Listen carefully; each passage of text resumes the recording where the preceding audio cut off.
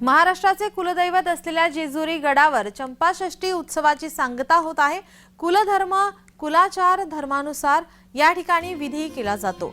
चंपाषष्ठी म्हणजे खंडोबा देवाचा प्रकट झालेला आजचा दिवस असतो। देवाला वांग्याचे भरीत आणि पुरणपोळीचा नैवेद्य दाखवून देवाचा उपवास सोडला जातो। यामध्ये 7 दिवसांचे घट बसवले जातात आणि ओझे उतरवण्यासाठी या ठिकाणी हजारो भाविक आपली मनोकामना पूर्ण होण्यासाठी या ठिकाणी येत असतात।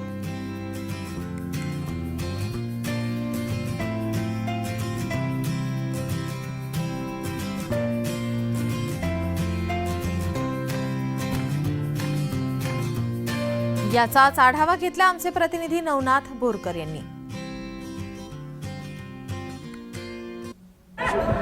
महाराष्ट्राचं कुलदैवत असलेल्या जेजुरी गडावरती आज चंपाषष्ठी उत्सवाची सांगता होत आहे। या ठिकाणी आपण पाहू शकता महाराष्ट्रातून लाखो भाविक या ठिकाणी जेजुरी गडावरती दाखल झालेले आहेत। या ठिकाणी कुलधर्म कुलाचार धर्मानुसार या ठिकाणी विधी केला जातो।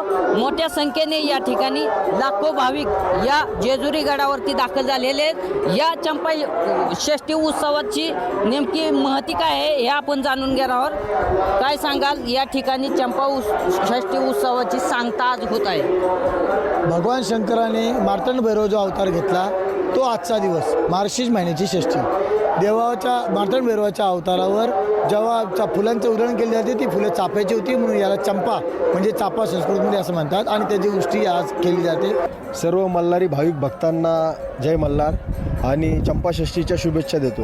या ठिकाणी सकाळीच आज पहाटे 3 वाजता देवाची आरती भूपाळी वगैरे सगळं झालं। 3 वाजता मंदिर भाविकांसाठी खुलं झालं। त्यानंतर सगळी पूजा अर्चना होऊन देवाचे घट उठवले गेले आणि आज संध्याकाळी त्याची सांगता होणार आहे। आज देवाला वांग्याची भरीत आणि बाजरीचा भाकरीचा नैवेद्य दाखवला जातो। तो नैवेद्य दाखवल्यानंतर भाविकांना दिवसभर तोच महाप्रसाद म्हणून दिला जाणार आहे। बाजरीची भाकरी आणि वांग्याचं भरीत देऊन या उत्सवाची सांगता होणार आहे। नवनाथ बोरकर, जय महाराष्ट्र न्यूज, जेजुरी।